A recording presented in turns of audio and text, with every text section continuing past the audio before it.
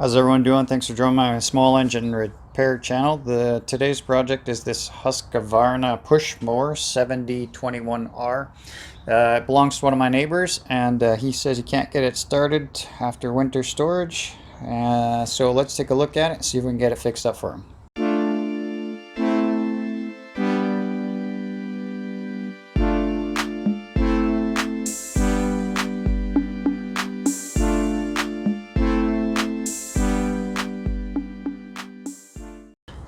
So hi guys, welcome back to the channel. If you are new to my channel, what I do here is I take small engine repair and I take some of the common issues that we come across with lawnmowers, weed eaters, leaf blowers, snow blowers, and I break it down, try and keep it simple for you guys, and hopefully it helps you out. If that's something that you might be interested in, I have almost 200 videos on my channel as of now, and so go take a look at some of those. If you like the content, please consider subscribing. I do upload a video at least once a week. So today's project in the garage is this Husqvarna push mower. It looks like it's got the auto walk self-propel system, and my neighbor brought it over to me the other day. Said he can't get it started. He said he's tried to clean the carburetor. I'm not sure what that means. That kind of worries me a little bit. But anyways, we'll see what's going on and see if we can't fix it up for him. So first thing I'm going to do is always check the oil. I don't want to ever start anything until I've checked the oil quantity. On these Hondas, when you check the oil quantity, you have to actually take the dipstick all the way out and wipe off the fluid, and then you just put the dipstick in. You don't, until it hits the threads, you don't actually twist it in, and then you pull it back out. So to me, there's definitely at least enough to test the lawnmower. We'll get into it a little deeper later. Next, I want to see if there's any fuel in it. I forgot to ask him if it was last year's fuel. So there is some fuel. I suspect it's probably not fresh this year, but we'll see how that goes. Next thing, hopefully he didn't forget to turn the fuel valve on. And so right now you can see that this means it's in the off position. If it's parallel to the fuel line, that means it's open and it's allowing fuel to pass. We'll check the air filter assembly. That looks brand new. And as of right now, let's take a look. Well, this is a manual choke. It's got the little choke lever here for this Honda engine. And right now, I don't know if you'll be able to see in there, but the choke is open. And right now the choke should be closed, but I don't think it is. So I think we found our problem. And take a look here. This thing is dripping fuel for some reason. So I think the neighbor was turning off the fuel because it was dripping fuel. That's why this fuel valve was shut off, and something's going on in this carburetor. So first things first, I know 100% the carburetor is not put back on correctly because there's a tab, a choke tab that's connected to this lever that's got to be set up in a proper spot to be able to open and close the choke lever in here, or butterfly valve, which is not closing. And it's definitely leaking fuel. So it could be a needle and seat problem. So I'm going to put you up on my lawnmower lift here, and then we're going to dive into this carburetor. Alright, so first thing we're going to do is take off these two 10mm bolts. I want to try and hold it all together though, because I don't want to just let it fall off. I want to see what's going on behind it. If I can. This is kind of finicky I can see why he maybe didn't put it back on correctly, because it it is kind of finicky.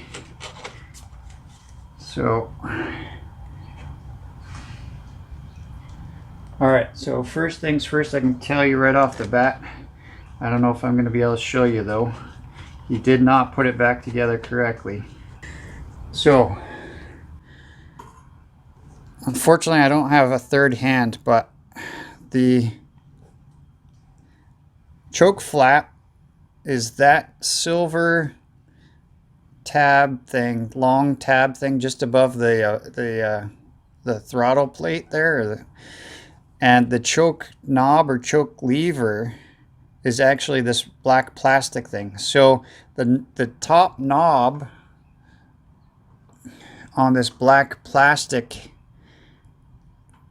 choke lever actually has to be on the silver tab has to be on the other side, on the right hand side of that black tab there.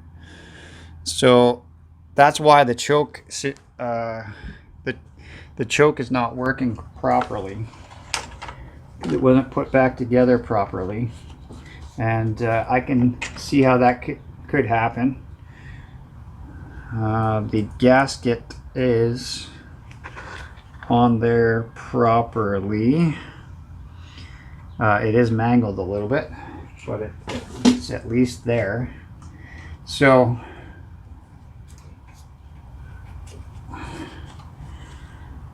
all right, what I'm saying now is that this silver tab actually has to be on, when you put it back together, it actually has to be on the outside of like this.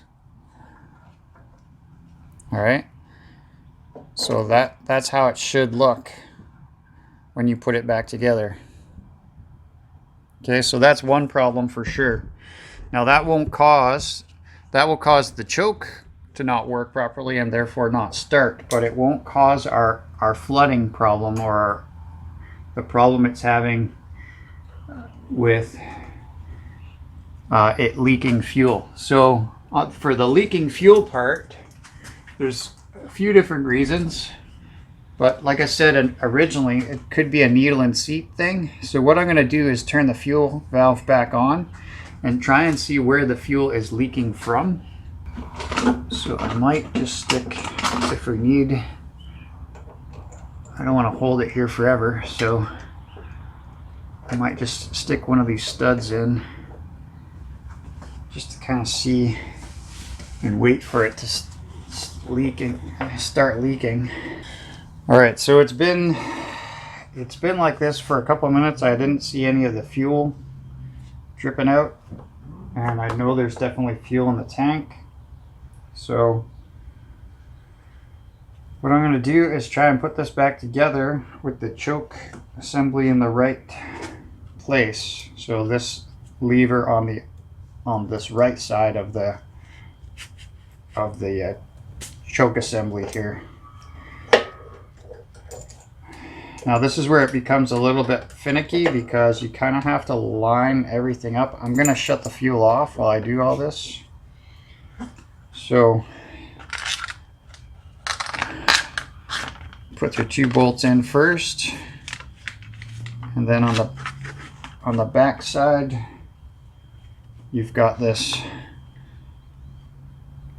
washer type thing here.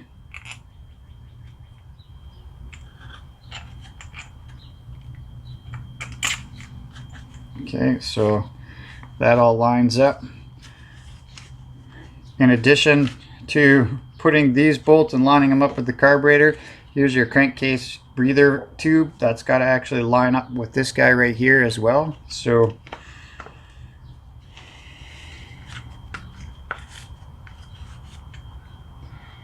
I got to put it through the carburetor next. Okay, so the carburetor's on the back side. Then I got to take my 2, so there's a gasket, then a sort of a spacer, and another gasket. So the big gasket goes on first, then the spacer, then the other smaller gasket. Line up the bolts. Alright, so those are all lined up. And as you can see, silver tab is on the right side of the black nipple. And I'll put my breather tube on. And then start these bolts by hand. I will run them in with the impact lightly, and then I will tighten them by hand. All right. You just don't want to over tighten these because it is plastic. You don't want to warp the plastic. All right, so if I put this on back correctly, when I move this choke lever here to the right to the choke assembly or choke position, that choke butterfly valve should actually move and close. See how it closed? All right, and then when I release the handle up top, or when I push the handle up top here, that starts releasing the choke. As you can see, it's slowly releasing the choke, and then that will slowly open that choke valve as the engine warms up. All right, not a huge fan of this type of system, but it is what it is. Going to open the fuel. Hopefully we don't get any fuel leaks.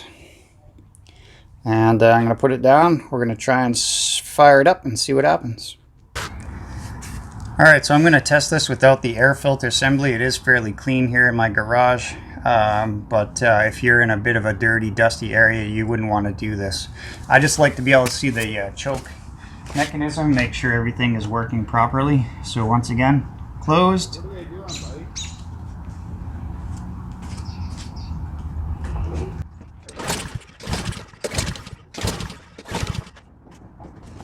Alright, so it didn't want to start. I'll try it one more time, and then otherwise I'll prime the fuel a little bit.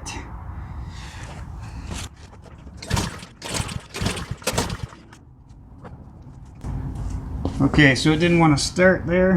I'll try and help it along with a little bit of primer fuel. It's just starter fluid. See what happens, because maybe when he was in the carburetor and messing around, he messed something up. So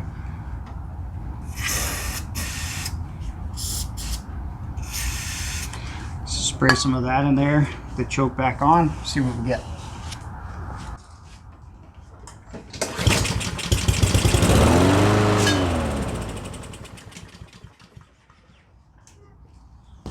Alright, so something kind of sounded weird, but I think it was just a little bit of a clump of dirt or something like that. So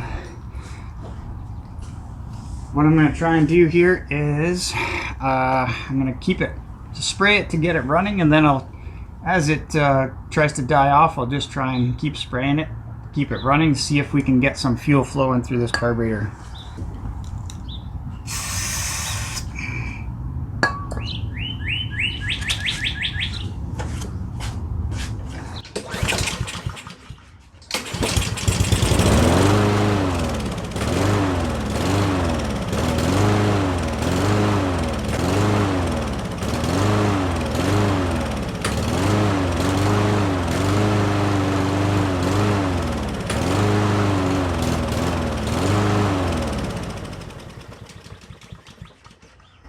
Alright, so there's definitely a carburation issue on this guy. Once again, just want to make sure it's not out of fuel. I know it's definitely got some fuel, so unfortunately going to have to put it back on the bench and start tearing into the carburetor on this one. Alright, so back up on the bench here. I just took this clamp off. I'm taking off this fuel line to get the carburetor completely off. You're going to have to twist it. I'm going to put a little rag here to catch any fuel. What you're going to have to do is twist it so you can get this Z-bend throttle linkage out. So you pull it up, twist it 90 degrees and pull it out. And then this guy, just bend it in a little bit here and get your spring out. All right, so I'm just going to take you up on the bench now. We'll start working on this thing, getting it cracked open.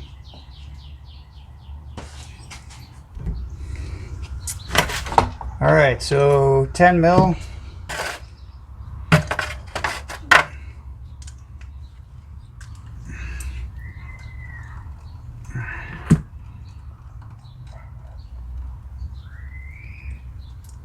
So 10 mil bolt that holds the bowl on, and that's not a great sign, but it's not too bad actually.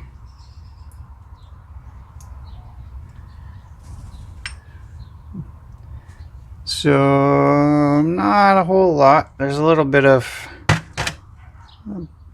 jelly, something right there, but overall not too bad. Take your float pin out. Take out your float and your needle, so that needle will just fall out. Then I usually shake the float, make sure it's not filled up with gas, and it isn't. So the inside of this doesn't look too bad. Well, there is quite a bit of yuck. Something's kind of almost sandy. So what we need to do is take out the main jet, which is right down in here. What you need to get is a flat screwdriver that has a flat shank, not a flared shank. And this is brass, so it's very soft metal, that jet, so you want to make sure you push down as you're turning so you don't strip that flat head on the main jet, because otherwise it's going to be garbage afterwards if you strip the head on that and then you can't get it out.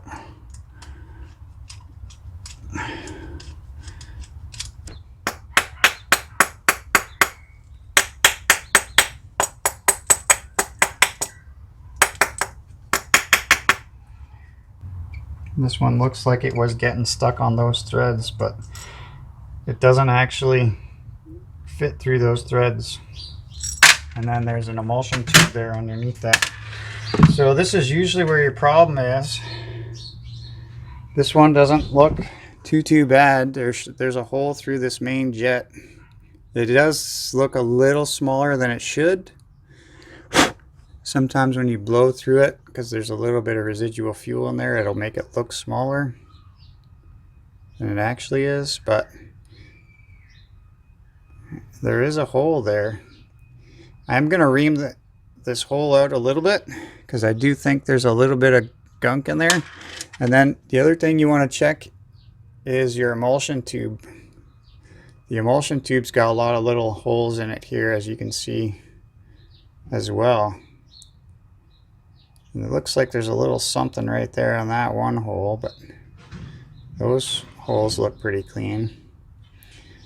Don't see as many problems with this emulsion tube as that main jet, so let's take a look at that. So yeah, that is a little bit of crud there. So what you can do is get yourself a bread tie or something small, like a piece of wire, electrical wire, something like that, that will fit through these holes. These holes are really small. What I use for that is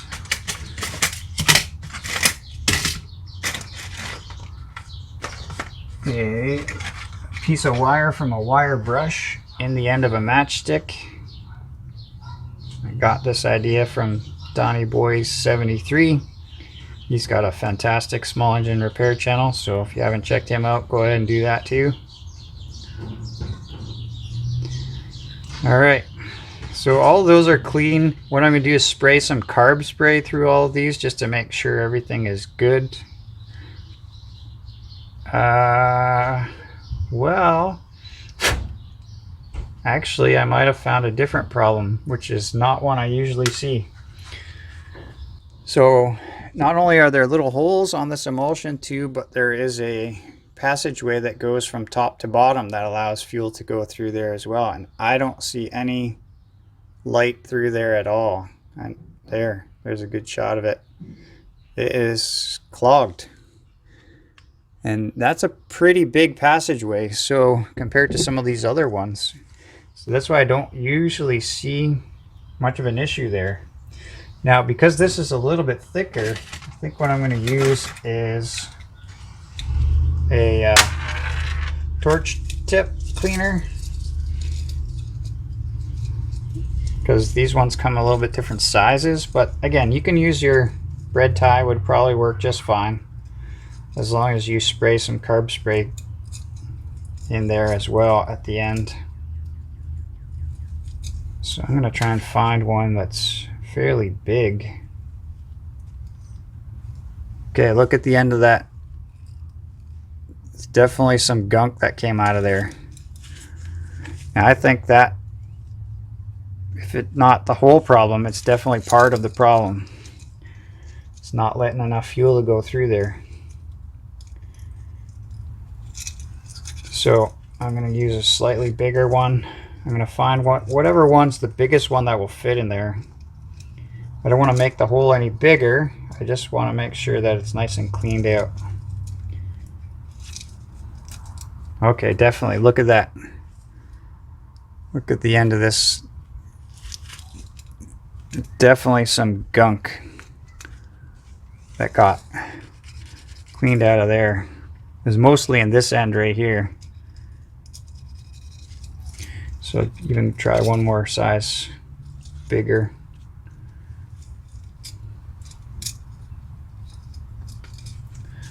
These things are a little finicky to work with too.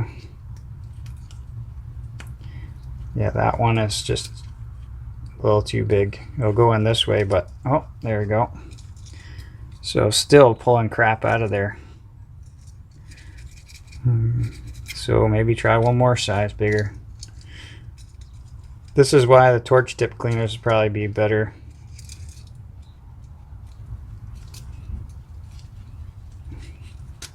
Oh yeah, look at, that's definitely a problem. Look at all this crap that's coming out of here now.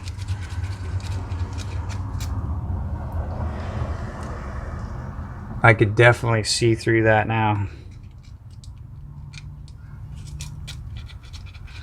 Yeah, that was our problem. And again, that's rare. I don't typically see it like that because it's such a big hole compared to the other small holes.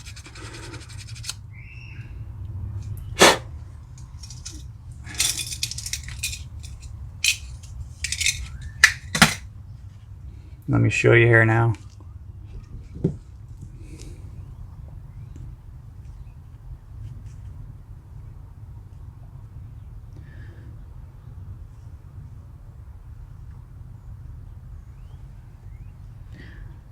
There we go.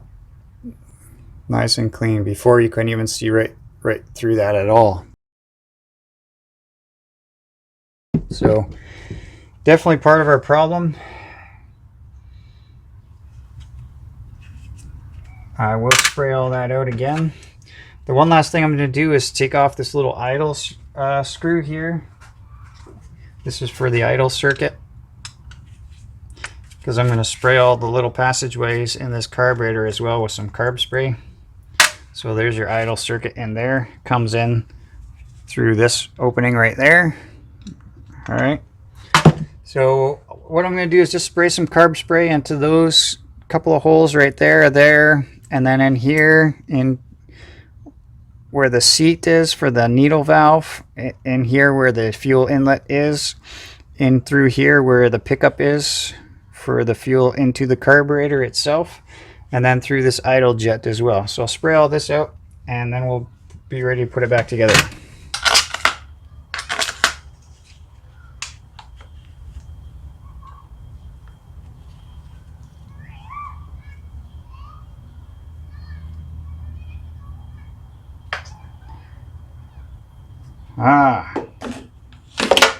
I see part of a problem here.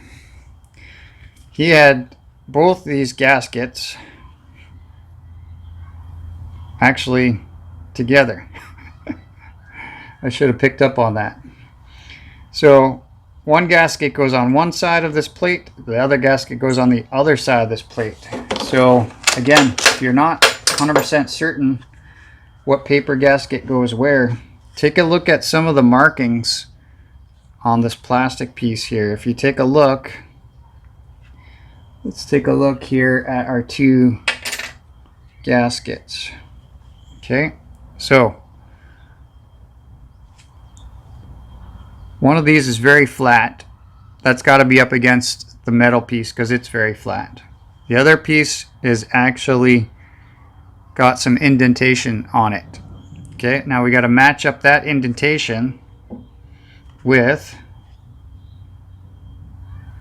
probably this portion right here.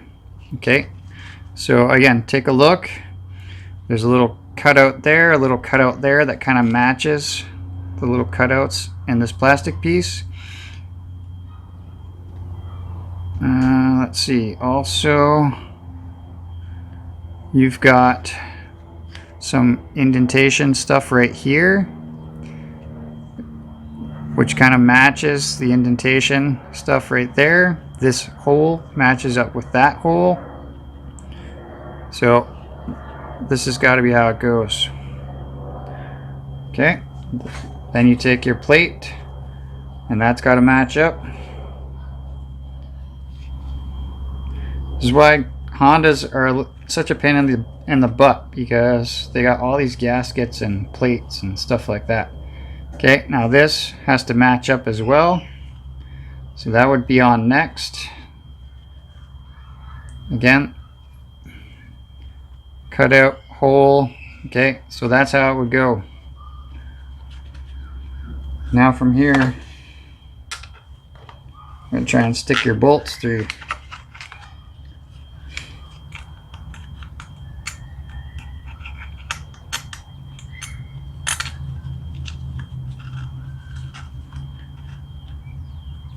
Okay, so one bolt through.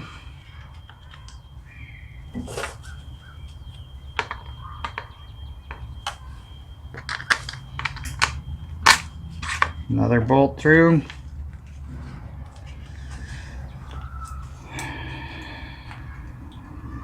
Through the carb. Making sure my metal plate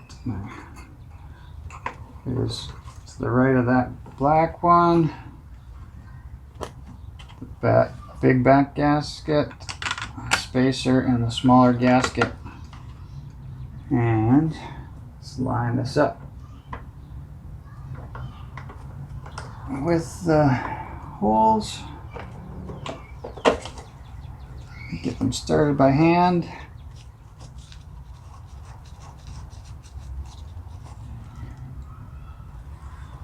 Okay, and get my breather tube on there before I tighten it too far, and then can't get my fingers in there. So that's good.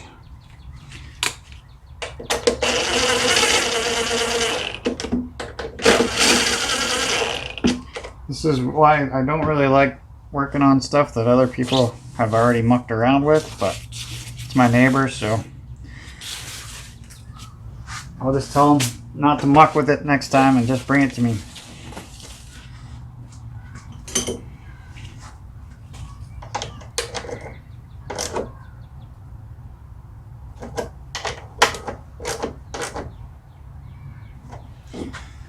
Alright. Don't see any leaking now. Make sure my choke mechanism's working.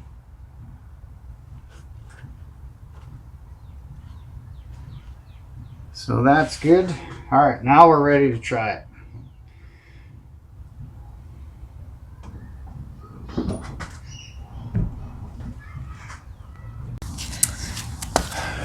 Alright. See the choke on. Let's see what we get.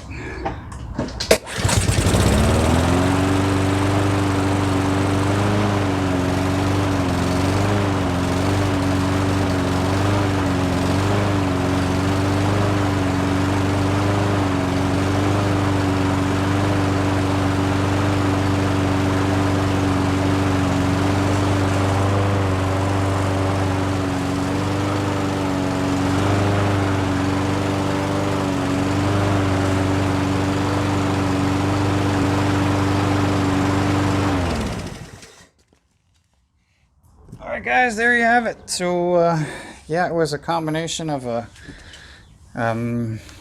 messed up assembly after taking it apart, and also a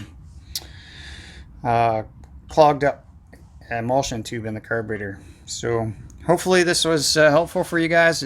Even if you've just got one of these Honda engines on your lawnmower, it might not be Husqvarna, it still would be applicable on how to take apart this assembly, clean it up, put it back together. So hopefully you enjoyed it. Hopefully it helps somebody out.